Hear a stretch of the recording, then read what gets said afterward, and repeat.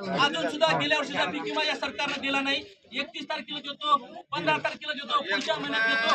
आम्हाला काय भीक द्यायला का त्या कंपनीवर कारवाई का करत नाही? आमचं म्हणणं आहे की सरकारचे त्या कंपनी सोबत लागी बांध येतं म्हणून सरकार त्या कंपनीवर गुन्हे दाखल करत नाही। आणि आम्ही रास्ता रोको करायचा नाही तर काय करायचं? आम्ही काय पाकिस्तानात राहतो का? आम्ही महाराष्ट्रात राहतो। या महाराष्ट्र सरकारला मागणार ना भाव कोणाला मागायचा? अमेरिकेच्या अध्यक्षाला भाव मागणार आहे का आम्ही? सरकारला शेतकऱ्यांच्या भरोश्यावर जाऊन बसतात मंत्रालयामध्ये आणि शेतकऱ्यांची त्यांना नाही। सोयाबीनचा भाव नाही, कपाशीचा भाव नाही, ढगफुटीचे पंचनामे झाले नाही।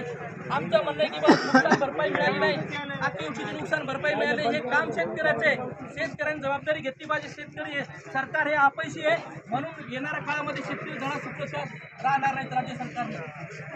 शेतकरी शेतमजुरी सुटीचं, शेतकरी शेतमजुरी सुटीचं हा शेतकऱ्याच्या कष्टाचा घास आहे, तो प्रत्येकाचा ताटातला घास शेतकऱ्याच्या कष्टाचा आहे म्हणून हे आंदोलन झालं पाहिजे। तुम्ही पण सहकार्य करा, तुम्ही पण शेतकऱ्याचे पोर आहे, नोकरीवर असले तरी पण आमचं म्हणणं की हे आमचा आवाज फक्त शेतकऱ्याचा आवाज सरकारपर्यंत गेला पाहिजे एवढीच आमची भावना आहे।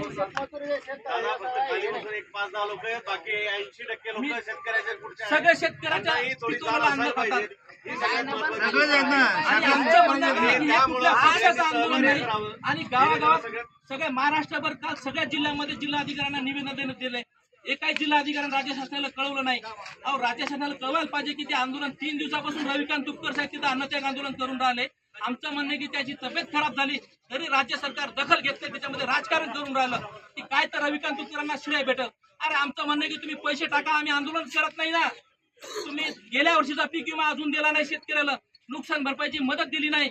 ढगफुटीमुळे मेकर तालुक्यामध्ये पारखेडमध्ये पाऊस पडला, लोणारमध्ये ढगफुटी झाली, तिकडे चिखलीमध्ये ते धरणाचे गेट उघडून नुकसान भरपाई झाली येळगाव धरणाचे, त्याचे पंचनामा झाले नाही। पैनगंगा नदीच्या बाजूच्या सगळ्या शेतकऱ्याचे सगळे पिकं वाहून गेले, सगळ्या पिकाची पूर्णपणे नासाडी झालेली आणि जिल्हाधिकारी नुकसानीचे पंचनामे करत नाहीत, सरकार पंचनाम्याचे आदेश देत नाही।